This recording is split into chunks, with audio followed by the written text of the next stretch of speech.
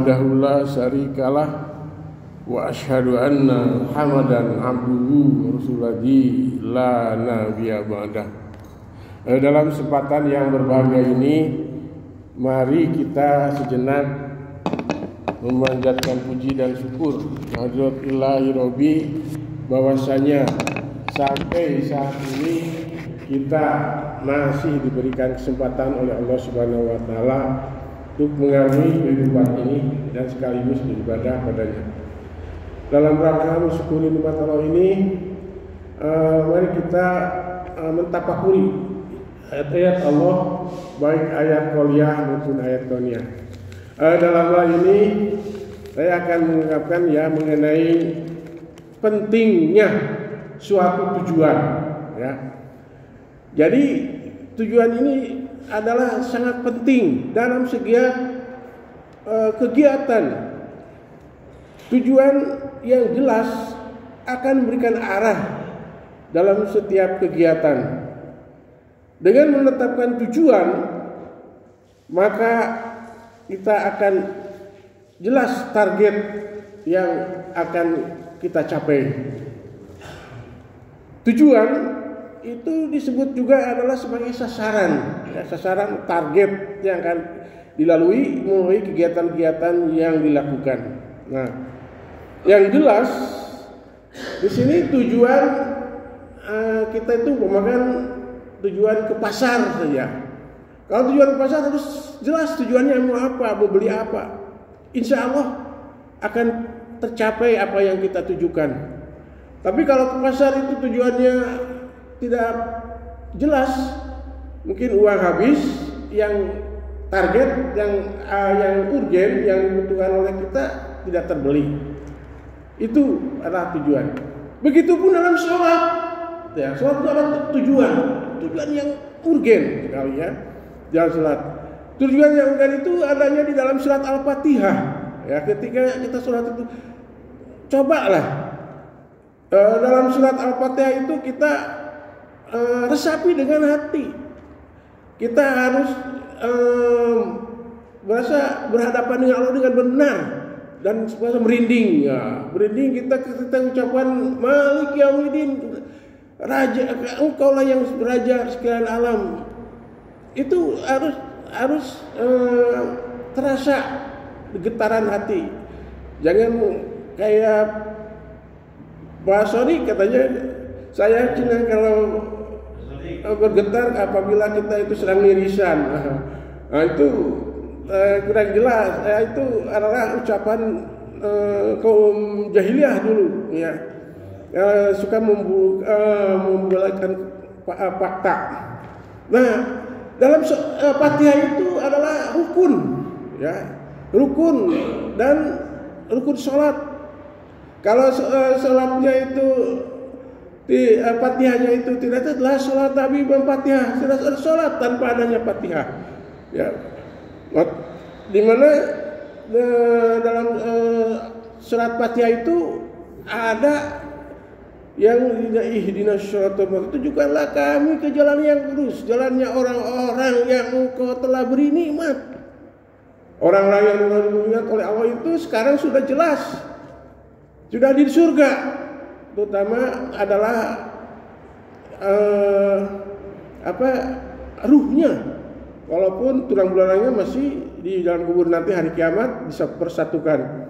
Itu siapa? Ada 4, yaitu para syuhada, para nabi, para syadiqin, termasuk juga as-sholihun. Itu sudah ada di surga sekarang.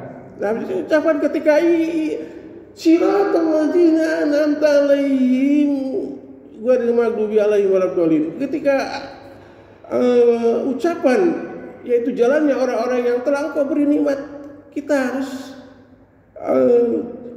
bergetar hatinya gitu. Harus berhadapan dengan Allah yang sesungguhnya gitu ya. Nah, kalau kita tidak, Fatihahnya itu sekilas yaitu bukan di sini saja saya jadi ke Tangsel juga biasanya dalam sholat maghrib, asar, duhur dan juga isya, itu sholat rakaat ketiga keempatnya sekali Fatihahnya.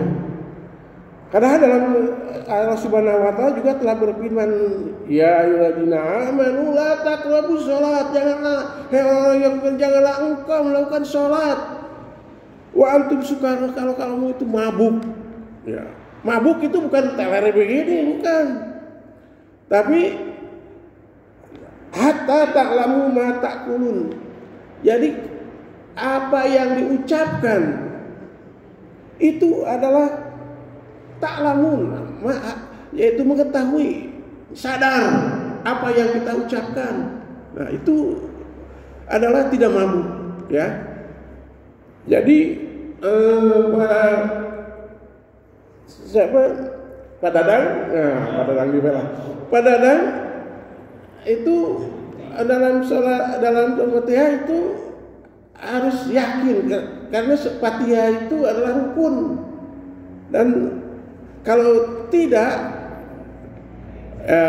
itu dipertanyakan tujuannya sholat itu tercapai tidak. Nah, tujuan yaitu ketika siratal ladzina an'amta 'alaihim, yaitu jalannya orang-orang yang telah engkau beri nikmat. Kemudian siapa yang diberi nikmat itu ada di dalam surat An-Nisa, ayat 69, ya, yaitu alaihim an paulaika ma ladina an'ama alaihim minan nabiyina wasiddiqina wasyuhada wassholihina ulaika husna ulaika rafiqa. Mereka itulah teman-teman baik nanti kita. Nah, jadi kita biarkanlah seumpamanya surat panjang, ya, surat tidak tahu artinya, biarkan kita dengarkan saja. Tapi khusus untuk Fatihah itu harus benar-benar diresapi, dan kita seolah-olah kita berdialog dengan Allah, ya, dan bergetar hati kita itu pada waktu surat Fatihah. Jangan dilecehkan. Nah, Pak, saya kadang sudah tahulah dengan artinya, dengan itu sudah tahu. Tapi cepat itu bohong, ya. Kalau mengatakan seperti itu, tapi hanya semenit, kurang dari 1 menit Fatihahnya, itu bohong. Jadi ketika baca surat Fatihahnya, dia melanglang buana pikirannya kemana-mana. Itulah yang disebut dengan mabuk, kata sabda Allah, firman Allah Subhanahu wa taala dalam Al-Qur'an. Sedang mabuk, jangan sholat. Kalau tidak mabuk tidak terima sholat. Nah, itu utama dalam surat Fatihah. Saya di mana-mana gitu, ya, kalau di Taksa juga surat Asar ini, karena ini siratal mustaqim udah Allahu Akbar. Nah, itu dipotong, alangkah dolimnya orang itu, ya, imam dolim. Kita sedang belum sampai kepada ini udah dipotong. Nah, baiklah tadi yaitu ihdinas siratal mustaqim siratal ladzina an'amta 'alaihim ghairil maghdubi 'alaihim. Nah, untuk orang yang dolim, ya, maghdubi, yang dibenci oleh Allah, itu menurut Al-Qur'an itu ada 4 golongan, ya, yang orang yang dimurkai oleh Allah itu. Tapi kita kalau salat jangan tak usahlah memikir golongan ini. Jadi cukup aja yang ghairil maghdubi, yang benci. Tapi sekiranya ingin tahu, ya, ada 4 golongan orang yang dimurkai Allah. Tapi ini jelas panjang, ya, tidak akan begitu sekarang, ya. Nanti baca saja surat golongan pertama surat An-Nahl 94, yang golongan yang kedua surat Al-Qasas 76, golongan yang ketiga ada Nur ayat 2, dan yang golongan keempat adalah penguasa yang zalim. Itu ada di berbagai surat, ya, mengenai keadaan Fir'aun dan sebagainya. Nah, di sini yang selanjutnya adalah ghairil maghdubi 'alaihim waladdallin, dan yang sesat. Jangan sampai kita itu jadi orang yang sesat.